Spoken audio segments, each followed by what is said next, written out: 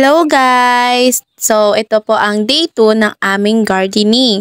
And ito po yung mga kasama ko. Ayan po. Ngayon po ay papunta po kami sa aming tanim para magdilig and kamustahin. So, ayan po kung nakikita nyo po, naglalagay po kami ng mga damo-damo dyan habang nagdidilig.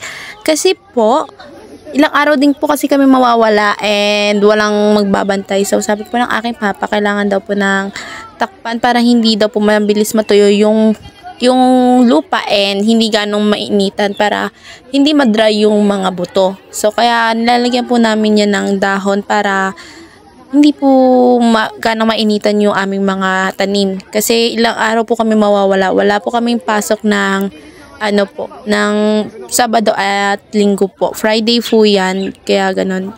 Tas Thursday po kasi nakaraan, kaya wala po kaming video is kasi wala rin po kaming pasok na kasi online class po.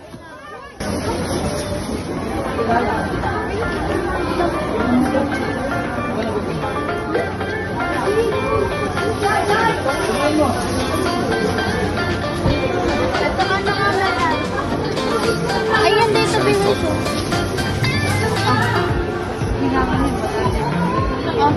Basahin din natin para mabilis mabulot ang dahon. Basta lang ano ba?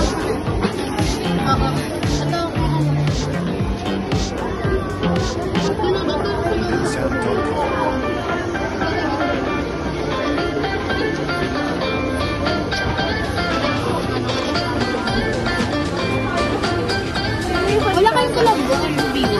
Wala kayong tulog. So, yun po, kung inyo pong makikita na winiwiliskan po namin yung mga damo na nilagay po namin sa aming halaman na bilang pantakip ay para maging fresh po to and hindi po siya ganong mabilis matuyot yung mga halaman and pati yung aming tanim. Kasi po, para tsaka hindi rin po siya ganong liparin kapag may pong malakas na hangin. Jeffrey, ID ko!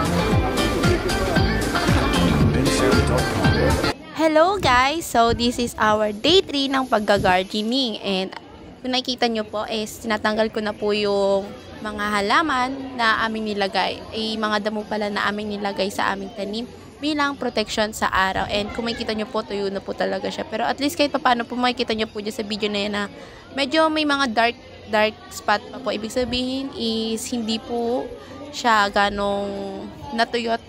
Kaya effective po yung paglalagay namin ng ganon.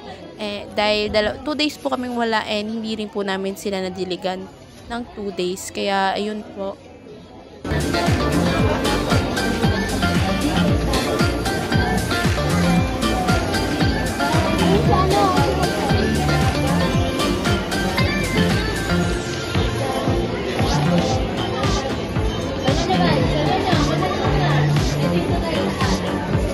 Ito ba yung natapos sa composition natin din?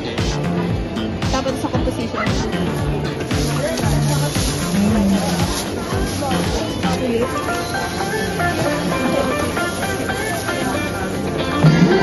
Oh, sabi niyo habang dinidiligan mo. Ay, sumubo na kayo bukas sa tapos yung mga. Naka-position ko.